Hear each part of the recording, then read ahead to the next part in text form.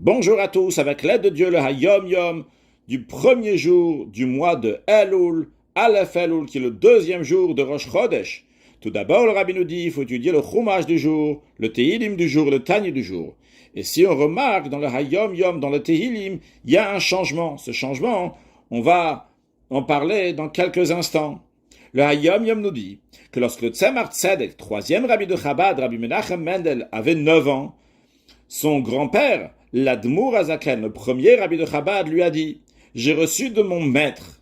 Donc, cela fait référence à son maître, le Maggid de Mezrich, qui a reçu de son maître, c'est-à-dire le Baal Shem Tov, le fondateur de la Chassidut, qui a entendu au nom de son maître bien connu. Entre parenthèses, son maître bien connu, c'est Achia Ashiloni, qui est quelqu'un qui est sorti d'Égypte, qui était un prophète, qui était encore là à l'époque de David Amelech, qui était l'enseignant du prophète Eliyahu Hanavi, et il s'est dévoilé au Baal Shem Tov. Lorsque Baal Shem Tov a eu 26 ans, le 18e jour du mois de Elul, le jour de son anniversaire, et il a étudié avec lui depuis le début de la Torah, depuis Bereshit, jusqu'à l'Eine Kol Yisrael, la fin de la Torah, en 10 ans, lorsque Baal Shem Tov a eu 36 ans, Chai Elul, il a dit, il lui a poussé à se dévoiler. Donc le maître du Baal Shem Tov, comme dans le Hayom, il s'est dit Moro Hayedua, donc son maître bien connu. Cela fait référence donc à Achia Shiloni. Qu'est-ce qu'il a entendu le Baal Shem Tov au nom de Achia Shiloni?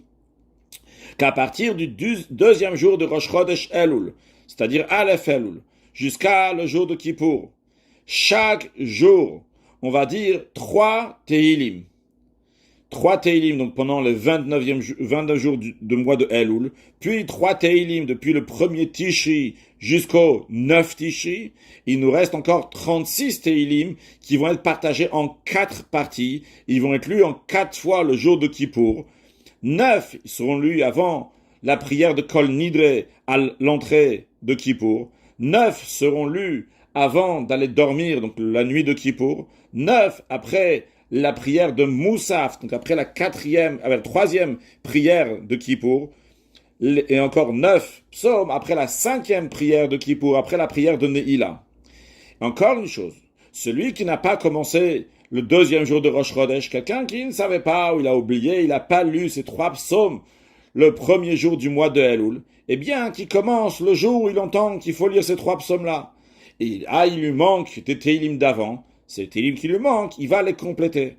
Donc évidemment, lorsque le Rabbi précédent nous transmet ce message-là, qui a été dit au Baal Shem Tov, qui a été dit au Tzemar Tzedek, c'est pas juste pour nous donner une information, c'est pour nous dire qu'il faut lire ces 3 Tehillim. Et en effet, dans le Hayom Yom, quand on voit le Rabbi, il faut dire Chumash Tehillim Tanya, en général, dans le Tehillim, il y a uniquement le Tehillim du jour, comme ils sont partagés pour les 30 jours du mois. Mais à partir d'aujourd'hui, pendant tout le mois de Elul, jusqu'à Kippour, lorsqu'on dira qu'il faut lire les Tehillim, c'est pas juste dire les Tehillim du mois, mais aussi lire les Tehillim, les 3 Tehillim qu'il faut rajouter pendant le mois de Elul et les 9 premiers jours du mois de Tishri.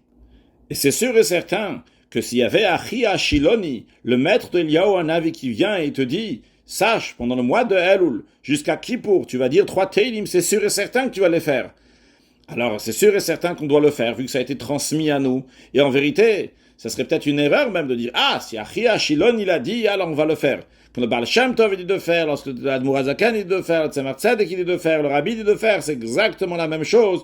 Donc il faut faire ces 3 Tehillim pendant tout le mois de Elul jusqu'à Yom Kippour, et que Hashem donne à chacun de nous une ktiv v'chatima tova l'shana tova metuka, dans du bien dévoilé et concret, et l'essentiel, la venue de Mashiach, now, en excellent Yom.